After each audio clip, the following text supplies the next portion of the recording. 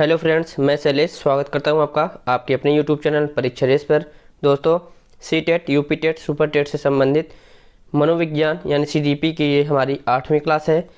आज के क्लास में हम देखेंगे सिगमंड फ्रायड के मनोविश्लेषणवाद सिद्धांत के बारे में। आइए शुरू करते हैं इनका मनोविश्लेषणवाद।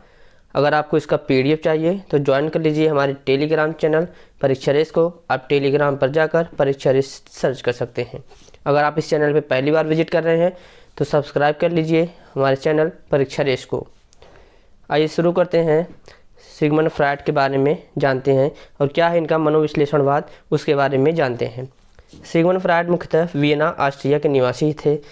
पेशे से ये एक मनोचिकित्सक यानी न्यूरोलॉजिस्ट थे।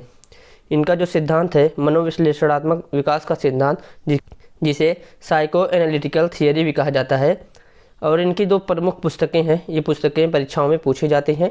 अभी तक हमने आपको कम से कम 15 से 20 पुस्तकों के बारे में बताया है और वे सभी पुस्तकें परीक्षाओं में पूछी जाती हैं, महत्वपूर्ण हैं। उसी में है सिगमंड फ्रायड ये दो प्रमुख पुस्तकें, द इंटरप्रिटेशन ऑफ ड्रीम्स, दूसरी है the id and the ego.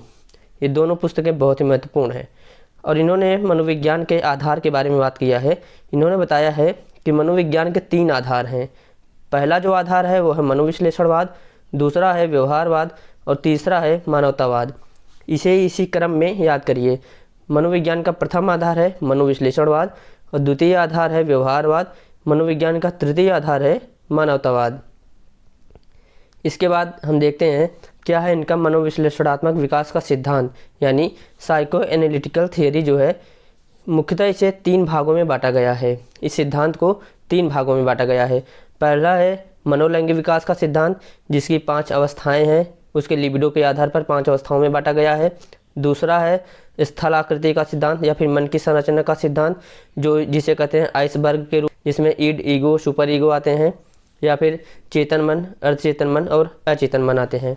उसके बाद आता है व्यक्तित्व अध्ययन गत्यात्मक संरचना का सिद्धांत।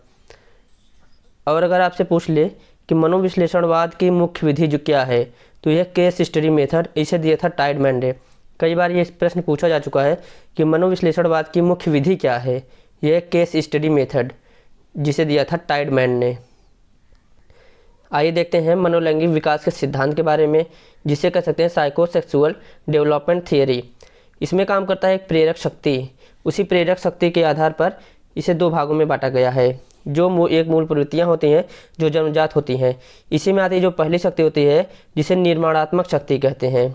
इसे इरोज भी कहा जाता है। इससे जन्म से संबंधित बात होती है और जीवन की इच्छा होती है। जब व्यक्ति अपने जीवन में सफल हो रहा होता है और उसके अंदर तब होता है इरोज की भावना, यानी जो जन्म से संबंधित होती है, यानी जो निर्माण से संबंधित होती है, उसके अंदर जीवन जीने की इच्छा प्रबल होती जाती है। ऐसे समझिए कि कोई व्यक्ति अगर मान लीजिए किसी परीक्षा की तैयारी कर रहा है और उसमें सफल हो रहा है, तो उसके अंदर निर्माणात्मक शक्ति आ रही है, उसे इरोज हो रहा है। और उसके जन्म से संबंधित का मतलब होता है कि वो जो है आगे जीवन जीने की इच्छा से संबंधित है। जब व्यक्ति अपने कार्यों में सफल होता है तो उसकी अभिलाषा होती है कि वो अधिक से अधिक दिन तक जीवित रहे और अपने इस सफलता का आनंद लेता रहे। उसी प्रकार दूसरी होती है विध्वंसात्मक शक्ति, जिसे कहते हैं थानाटोस। थानाटोस में होता है जब व्यक्ति असफलताओं की तरफ बढ़ता है तो उसके अंदर मृत्यु से संबंधित इच्छा जन्म लेने लगती है। मृत्यु का मतलब मौत से नहीं होता है, बल्कि उसके पतन से होता है। इसे कहते हैं मृत्यु इच्छा। तो ये दोनों बहुत ही महत्वपूर्ण है। कई बार पूछा जा चुका है कि इरोज क्या है और थानाटोस क्या है। इरोज है जन्म से संबंधित जीवन इच्छा, जिसे निर्माणात्मक शक्ति कहते हैं।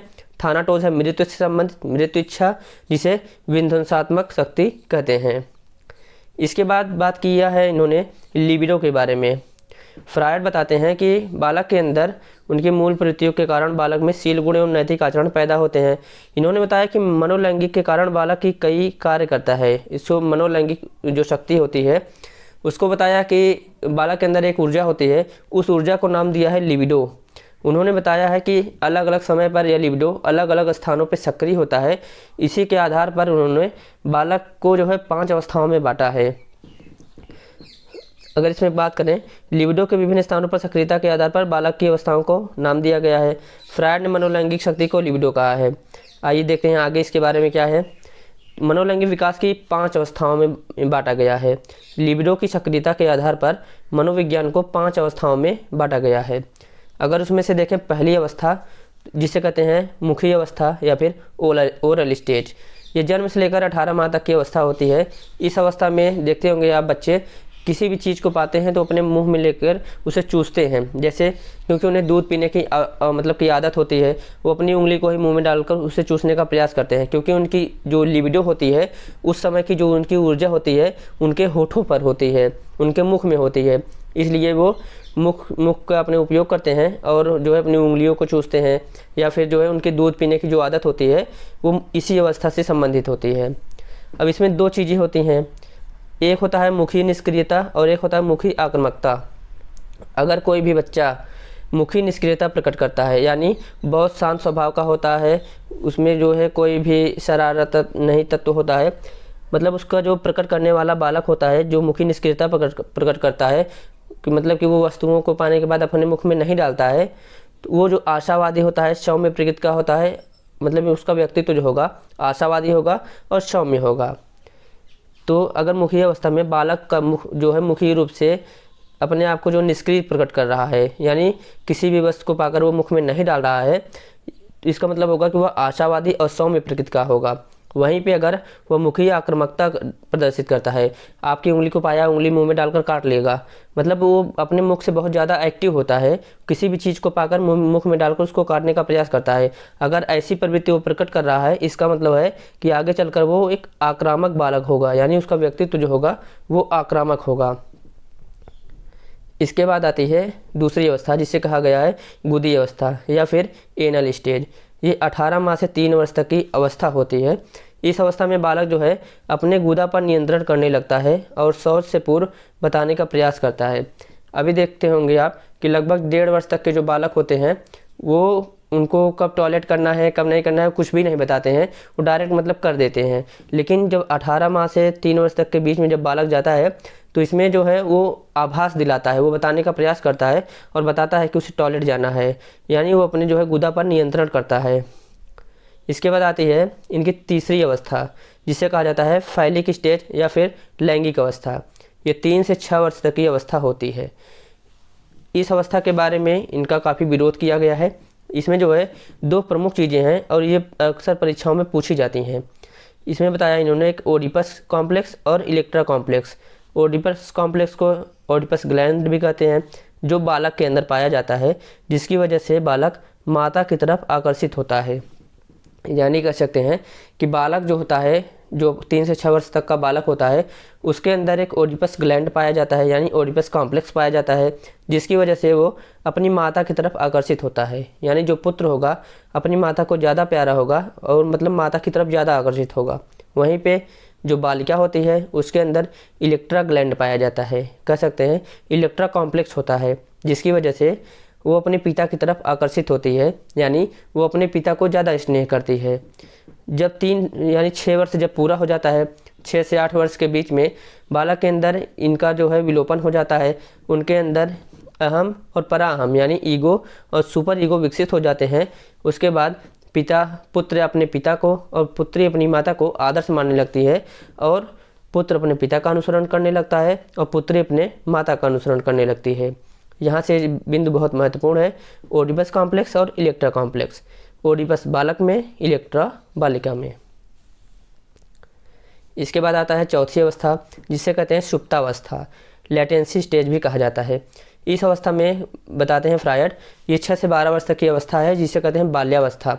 इस अवस्था में जो लिबिडो होती है वो अदृश्य हो जाती है, यानी वो शक्ति का उदातीकरण हो जाता है, प्रभावहीन हो जाती है लिबिडो। बालक के अंदर जो ऊर्जा होती है वो उसका इस्तेमाल जो है विद्यालय कार्यों में, खेल कूद में।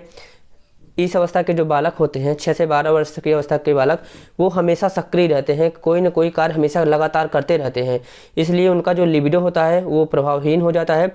उनकी जो ऊर्जा होती है वो दिन भर इतने ज़्यादा कार्यों में लगे रहते हैं कि उनकी ऊर्जा जो है उसी कार्यों में खपत हो जाती है, ख़त्म हो जाती है। उसमें विद्यालय कार्य होते हैं, खेल कूद होते हैं और तमाम क्रिएटिव कार्य बालक अपने समूह में करते रहते हैं। और इसी अवस्था में बालक समलैंगिक समूह बनाता है, मतलब अगर लड़का है वो लड़के के साथ रहेगा, अपना ग्रुप बनाएगा, लड़की है तो वो लड़कियों के साथ रहेगी, वो अपना समूह बनाएगी। और इसके बाद आता है इनका पाँचवें और आखिरी अवस्था, जिसे कहते हैं जननांगी अवस्था, जिसे जेनाइटल स्टेज भी कहा जाता है। 12 वर्ष के बाद से लेकर प्रौढ़ावस्था तक, मतलब माना जाता है कि 45 से 50 वर्ष तक ये जेनाइटल स्टेज होता है। इसमें लिबिडो पुनः प्रकट हो जाती है और वो लिबिडो अब जननांगों पर होती है, जिसमें ये किशोरावस्था की विशेषता होती है। किशोरावस्था के जितने भी लक्षण होते हैं इस अवस्था में प्रकट होने लगते हैं, उनके अंदर शारीरिक परिवर्तन होने लगते हैं। और इसके साथ साथ वो अपने समवयस्क समूह बनाते हैं, मतलब लड़के हैं अपने समवयस्क मतलब अपने आयु वर्ग के समूह बनाते हैं। और विपरीत लिंगी आकर्षण होता है, मतलब लड़का है तो लड़की की तरफ आकर्षित होगा, लड़की है तो लड़के की तरफ आकर्षित होती है। इस अवस्था में दोस्ती इतनी अच्छी होने के बावजूद भी लड़के अपनी गर्लफ्रेंड के बारे में, लड़की अपनी बॉयफ्रेंड के बारे में कोई भी बात नहीं शेयर कर सकते। आगे देखते हैं फ्रायड की विचारधारा। फ्रायड की विचारधारा के बारे में उनका विरोध किया था कार्ल जुंग ने। कार्ल जुंग फ्रायड के शिष्य थे, उन्होंने फ्रायड के इस मनोलैंगिक सिद्धांत का विरोध किया था। इसको आगे बढ़ाने का काम किया था उनकी पुत्री एना फ्रायड और एक जो है मनोवैज्ञानिक है एरिक एरिक्सन। एरिक एरिक्सन ने फ्रायड के इस विचारधारा को आगे बढ़ाने का काम किया, जिसमें उन्होंने इसलिए उन्हें नवफ्रायडवाद के जनक भी कहा जाता है। और उन्होंने मनोलैंगिक के स्थान पर मनोसामाजिक शब्द का उपयोग किया था। यानी एरिक एरिक्सन का जो सिद्धांत था वो था मनोसामाजिक विकास का सिद्धांत। इन्होंने मनोलैंगिक शब्द का उपयोग नहीं किया था। इसके बाद आता है इनका दूसरा सिद्धांत, जिसे कहते हैं स्थलाकृति या फिर मन की संरचना का सिद्धांत, जिसे अंग्रेजी में कहते हैं टोपोग्राफिकल थ्योरी। इसमें सिगमंड फ्रायड ने बताया है कि मानव मस्तिष्क आइसबर्ग के समान होता है, यानी एक बर्फ के टुकड़े के समान, एक हिमखंड के समान होता है, जो पानी में उसका ज़्यादातर हिस्सा पानी में डूबा रहता है, केवल कुछ हिस्सा ही पानी के बाहर रहता है। इसमें उन्होंने बताया कि पानी के बाहर जो हिस्सा रहता है वो होता है हमारा चेतन मन, जो जिसे कहते हैं कॉन्शियस माइंड। वो केवल 10% होता है जो हमारा वर्तमान होता है। अर्थात जब हम अपने पूरी चेतना में कोई कार्य करते हैं, कोई भी व्यवहार करते हैं, वो हमारा होता है चेतन मन, यानी हम अपने जागृत मन से जो भी कार्य कर रहे हैं वो हमारे मस्तिष्क का केवल 10% होता है। उन्होंने बताया कि जिस प्रकार हिमखंड ज़्यादातर पानी में डूबा रहता है, केवल थोड़ा सा भाग बाहर निकला रहता है, उसी प्रकार मनुष्य का चेतन मन होता है जो केवल थोड़ा सा बाहर प्रदर्शित होता है, बाकी उसकी ज़्यादातर जो इच्छाएं होती हैं, उसका व्यवहार होता है, वो छुपा हुआ रहता है। उसके बाद उन्होंने बताया ज़्यादातर जो हिस्सा यानी जो 90% हिस्सा होता है वो होता है अचेतन मन, जिसे कहते हैं अनकॉन्शियस माइंड, जो लगभग 90% होता है। यानी 10% चेतन मन और 90% होता है अचेतन मन, अनकॉन्शियस माइंड। इसमें जो व्यक्ति की दबी हुई इच्छाएं रहती हैं, जिसे कहते हैं दमित इच्छाएं, जो स्वप्न आते हैं व्यक्ति के, यानी हमारे जो स्वप्न आते हैं वो हमारी दमित इच्छाएं ही कहीं ना कहीं स्वप्न के रूप में बाहर आती हैं। और कई बार व्यक्ति का जुबान फिसल जाता है तो उसके अंदर की जो इच्छा होती है वो बाहर निकल जाती है। पास्ट में बहुत सारी ऐसी घटनाएं हुई होती हैं जो बाहर निकलती हैं, जो या हमारे अंदर दबी रहती हैं। व्यक्ति के अंदर बहुत सी ऐसी इच्छाएं होती हैं जिनकी पूर्ति वो नहीं कर सकता है, समाज के डर से, समाज के दबाव में वो अपने मन में उसे दबा कर रख देता है, वो उसे ख़त्म कर देता है। वो जो है चीज़ें आपके अचेतन मन यानी अनकॉन्शियस माइंड में जाती हैं। वहीं पे बात करें अगर अर्धचेतन मन की, जिससे कहते हैं सबकॉन्शियस माइंड, वो चेतन मन और अचेतन मन के बीच की एक रेखा समझिए। जैसे पानी में ज़्यादा जो डूबा है और जो पानी के ऊपर है उसके बीच की एक रेखा है जो होता है अर्धचेतन मन। अर्धचेतन मन का कार्य होता है कोई भी चीज़ जो हमारे अचेतन मन में चली गई हो उसे अगर हम चेतना में लाने का प्रयास करें और चेतना में ला पाएँ तो वो कार्य होता है अर्धचेतन का। यानी अर्धचेतन जो है चेतन और अचेतन के बीच की कड़ी का कार्य करता है। बहुत सारी चीज़ें होती हैं जो हमारे अचेतन मन में चली जाती हैं, जिसे चेतना में लाने का कार्य करता है अर्धचेतन मन। और यहाँ पे कहा गया है कि अगर किसी भी व्यक्ति के व्यक्तित्व को जानना हो उसके अचेतन मन को जानने का प्रयास करो। अचेतन मन में ही उसके तमाम व्यक्तित्व के गुण जो होते हैं, जो उसकी वास्तविकता होता है, जो उसका वास्तविक रूप होता है, उसके अचेतन मन में, उसकी दबी हुई इच्छाओं में होता है। इसलिए स्वप्न विश्लेषण विधि अचेतन मन को जानने के लिए सबसे उपयुक्त विधि होती है। आगे देखते हैं इनका जो तीसरा सिद्धांत था वो था व्यक्तित्व अध्ययन या फिर गत्यात्मक या फिर संरचना का सिद्धांत। इसमें फ्रायड ने व्यक्तित्व को 3 अवस्थाओं में बांटा है, जिसे कहा गया है ईड, ईगो, सुपर ईगो। ये अंग्रेजी के शब्द ऐसे ही आप याद कर लीजिए। ईड जिसे ईदम कहते हैं, ईगो जिसे अहम कहते हैं, सुपर ईगो जिसे पराहम कहते हैं। ईद होता है, जैसे अभी हमने पढ़ा, जो ईद होता है अचेतन मन, जो दबी हुई इच्छाएं होती हैं, यानी आनंद की अवस्था जिसे कहते हैं। स्वार्थ की अवस्था, व्यक्ति अपना स्वार्थ प्रकट तो नहीं करता है, लेकिन उसके अंदर कहीं न कहीं जो स्वार्थ की भावना होती है वो उसे छुपा कर रखता है, वो उसके ईदम में होती है। दैत्य की अवस्था, यानी जो दबी हुई जो वैमनस्य की जो भावनाएं होती हैं, दैत्य रूपी जो होता है व्यक्ति के अंदर जो छुपा हुआ होता है, वो होता है ईदम में। और ये चीज़ें जो हैं जन्म के तुरंत बाद से ही व्यक्ति के अंदर आ जाती हैं। कहीं न कहीं वो अपनी चीज़ों को, अपनी शारीरिक इच्छाओं को अपने मन में दबा कर रखता है, वही होता है ईदम। यानी एक कह सकते हैं यह एक नकारात्मक व्यक्तित्व होता है जो दबी हुई रहती है व्यक्ति के अंदर। इसमें शारीरिक इच्छाओं की पूर्ति, इच्छा पूर्ति के लिए अपराध, यानी व्यक्ति अपनी इच्छा की पूर्ति के लिए अपराध तक कर सकता है अपनी शारीरिक इच्छाओं की पूर्ति के लिए। जैसे आप अक्सर देखते होंगे, बहुत सारी घटनाएं आती रहती हैं, बहुत सारे ऐसे मतलब युवा होते हैं जो अपराधी प्रवृत्ति के होते हैं, बहुत सारे अपराध करते रहते हैं, उनमें आ जाते हैं ये जो शारीरिक इच्छाओं की पूर्ति के लिए अपराध करते हैं, अपराधी अवस्था हो जाती है वो। ईदम की अधिकता के कारण व्यक्ति कुसमायोजित हो जाता है। जब उसके अंदर की जो दैत्य भावना होती है उसके ऊपर हावी हो जाती है व्यक्ति के ऊपर, वो समाज से कुसमायोजित हो जाता है। बालक यानी जो समाज होता है उस बालक को सामाजिक अपराधी घोषित कर देता है। इसके बाद बात आती है ईगो की। ईगो जो है ईदम और पराहम के बीच की कड़ी होती है, ये समायोजन की कार्य करती है। ये जो है ईदम और अहम के बीच समायोजन का कार्य करती है। पहले जानते हैं कि सुपर ईगो क्या है, तब हम जानते हैं कि ईगो का कार्य क्या होता है। सुपर ईगो आदर्श की भावना होती है, नैतिकता होता है, ये चेतन मन होता है। यानी कि जो हमारा चेतन मन होता है, जो हम बाहर प्रकट करते हैं, अपनी नैतिकता को बाहर प्रकट करते हैं, अच्छा व्यवहार बाहर प्रकट करते हैं, आदर्श रूप में रहते हैं, एक तरीके से कह सकते हैं बहुत ही संत व्यक्तित्व होता है, बहुत ही संत, बहुत ही आध्यात्मिक, बहुत ही सकारात्मक। लेकिन ये ज़रूरत से ज़्यादा इसके होने पर भी व्यक्ति कुसमायोजित हो जाता है, वो अपने समाज से तालमेल नहीं बिठा पाता है और मानसिक रोगी हो जाता है। इसमें क्या होता है, किसी भी कार्य को करने से पहले बहुत ज़्यादा उस पर विचार करना, किसी भी छोटे छोटे कदम उठाने से पहले उस पर बहुत ज़्यादा विचार करना, ये जो है व्यक्ति जो है इसमें सामाजिक मूल्य के अनुरूप कार्य करता है। ये जो है बहुत ही ज़्यादा जो है एक तरीके से कह सकते हैं आध्यात्मिक और संत होता है। जबकि जो ईदम था वो बहुत ज़्यादा दैत्य था, दैत्य रूपी था, और ये ईश्वर रूपी होता है। कहते हैं ना कि कुछ व्यक्ति ईश्वर का रूप हो जाते हैं और कुछ जो है दैत्य यानी दानव का रूप हो जाते हैं। यही व्यक्तित्व जिसमें ईदम होता है वो दानव रूपी हो जाता है, जिसमें पराहम यानी सुपर ईगो होता है वो ईश्वर रूपी हो जाता है। इन दोनों के मध्य में जो होता है वो होता है ईगो। जिसका ईगो जितना प्रबल होगा, यानी जो इन दोनों के बीच में मध्यस्थ की भूमिका निभाता है, जो इन दोनों पावरों में बैलेंस करता है, वो होता है ईगो, हमारा अहम। यही अहम जो होता है दोनों के बीच की कड़ी होती है और ये समायोजन और संतुलन की अवस्था होती है। ये होता है हमारा अर्धचेतन मन। ये जितनी भी सामाजिक मान्यताएं प्रभावी होती हैं, इनका जो निर्णय होता है समाज के अनुसार होता है। जितने भी जैसे ईदम की इच्छाएं जो होती हैं, ये ईगो उसको कंट्रोल करता है कि आप ऐसा नहीं कर सकते हैं। हमारे मन में जैसे बहुत सारी भावनाएं होती हैं, हम किसी भी चीज़ को प्राप्त करना चाहते हैं जो कि गैर सामाजिक होती हैं। जो हमारे अंदर का ईगो होता है, अहम होता है, वो हमें यह कार्य करने से रोकता है, वो भी समाज के दबाव में। वो हमारे समाज के मतलब समाज के अनुसार निर्णय लेना होता है, इसलिए उसके दबाव में हमें यह कार्य करने से रोकता है।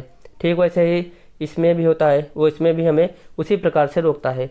इसलिए जिसका ईगो जितना प्रबल होगा उसका व्यक्तित्व उतना अच्छा होता है। इसके साथ साथ अच्छे बुरे की समझ का विकास होता है। ईदम पर नियंत्रण सामाजिक दबाव करता है। यही बात है कि अच्छे बुरे का जो है समझ ईगो विकसित करता है। तो आज का हमारा फ्रायड का मनोलैंगिक विकास का सिद्धांत यहीं पे समाप्त होता है। कल हम देखेंगे एरिक्सन का मनोसामाजिक विकास का सिद्धांत। एरिक्सन को नव फ्रायडवादी कहा जाता है क्योंकि इन्होंने फ्रायड का जो सिद्धांत है, मनोविश्लेषणात्मक सिद्धांत, ये भी कह सकते हैं मनोलैंगिक सिद्धांत को मनोसामाजिक सिद्धांत के रूप में विकसित किया है। कल हम देखेंगे एरिक्सन को। और अगर आज का वीडियो आपको अच्छा लगा हो तो वीडियो को लाइक करें, चैनल को सब्सक्राइब करें और शेयर करना ना भूलें। बने रहिए हमारे साथ। मिलते हैं अगले वीडियो में। तब तक के लिए धन्यवाद। नमस्कार।